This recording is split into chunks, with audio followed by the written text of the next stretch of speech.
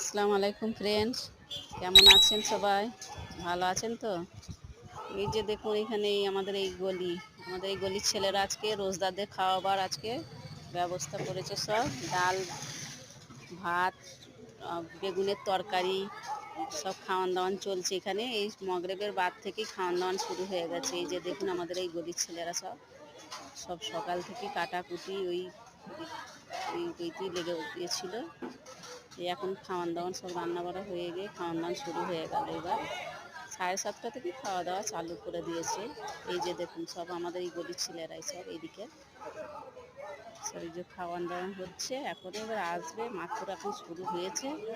এখন ওই ভিড়টা এখন একটু কম আছে, আস্তে আস্তে আরও ভিড় বাড়বে। আমাদেরও সব খাওয়া দাওয়া হচ্ছে, চলছে। ঘরে নিয়ে চলে এসেছি, পার্সেল নিয়ে চলে এসেছি ঘরে।